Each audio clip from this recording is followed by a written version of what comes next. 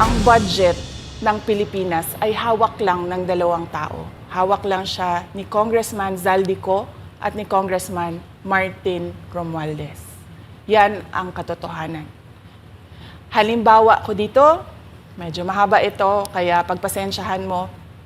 Ang halimbawa ko dito, sa DepEd muna tayo.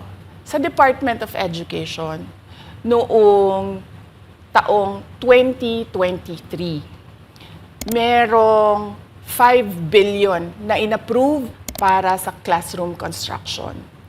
Nagulat ako kasi merong mga lumapit na miyembro ng House na humihingi.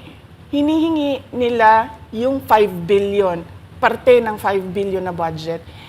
Wala kasi akong experience sa ganyan. At saka ang pagkakaintindi ko, pag inapprove na yan ng Office of the President, ibibigay na yan,